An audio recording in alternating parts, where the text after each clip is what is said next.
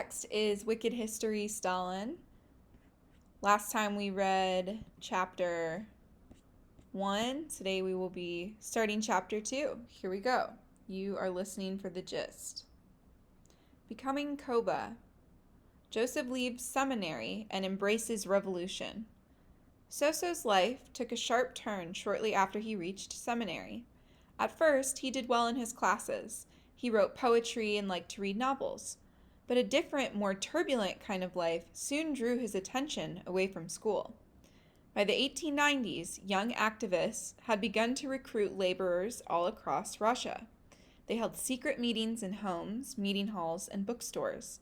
They encouraged laborers to form unions and stage protests and strikes to demand better working conditions. But for the most radical of the activists, small changes weren't enough. They wanted workers to arm themselves and launch a violent revolution. It was time, they urged, to overthrow the Tsar and seize control of the country in the name of the working class. These were explosive ideas in Russia and the rest of the world. The most important revolutionary thinker was a German philosopher named Karl Marx, and most of his books had been banned by the Tsar. Marxist texts were smuggled into the country and passed secretly from hand to hand. Soso discovered Marxism in Tbilisi. He read all the Marxist books he could get his hands on, sneaking them into the seminary under his clothes. He also slipped out at night to attend secret meetings of railroad workers.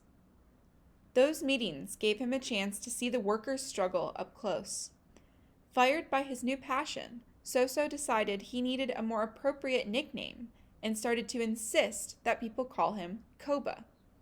He took the name from a ruthless Robin Hood-like character in a popular Georgian novel, a freedom fighter with a taste for revenge. His face shone with pride and pleasure when we called him Koba, recalled a fellow student at the seminary. Koba got himself kicked out of seminary in 1899 after his teachers had caught him reading banned books more than a dozen times. He would never wear the robes of a priest, but the 20-year-old found the life of a professional revolutionary more to his liking. He quickly took to the world of plots, disguises, violence, and life on the run. Koba joined the country's biggest Marxist group, the Russian Social Democratic Workers' Party. Working for the party in Georgia, he organized protests, strikes, and riots. At one point, he was suspected of setting a fire in an oil refinery. The Tsar's police, known as the Okhrana, caught up to Koba in 1902. They sent him into exile in Siberia, a punishment that most revolutionaries considered to be a badge of honor. Koba soon escaped and went back to organizing workers in Tbilisi. Here we see a picture. This is debris from street fighting during the Revolution of 1905. Workers, peasants, and soldiers had rioted across the country to protest the rule of Tsar Nicholas II. In 1905, Koba joined in as a wave of violent protests threw all of Russia into chaos.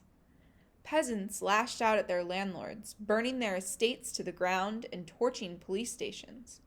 Workers formed councils known as Soviets to organize strikes and demonstrations. Koba and other revolutionaries created battle squads to harass and kill Tsarist troops. By October, Tsar Nicholas II was forced to compromise with the protesters. He agreed to share power with a parliament, or Duma, whose representatives would be selected by the people. At the same time, he dealt ruthlessly with anyone who continued to protest. The Tsar allowed vigilante death squads called the Black Hundreds to roam the countryside and crush all signs of public protest. Nicholas survived the uprising, which became known as the Revolution of 1905. Koba and his fellow revolutionaries had to retreat from public protests and rallies.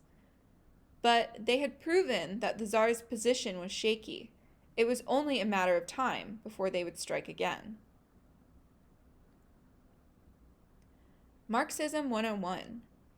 Of the texts that Koba and his colleagues secretly passed around, the most important was Karl Marx's The Communist Manifesto. To revolutionaries around the world, Marx's skinny pamphlet was a Bible.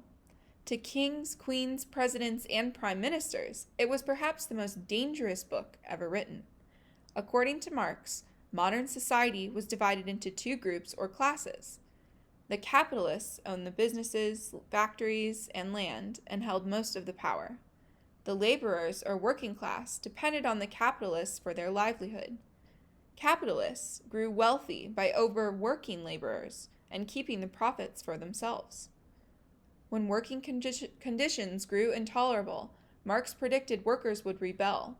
Eventually, they would crush the capitalists and seize control of their property. They would then set up a communist state run by and for laborers. From each according to their ability, to each according to their need, would be the first principle of the new society. That, at least, was the theory. The reality, as the Russian people would soon find out, was something entirely different.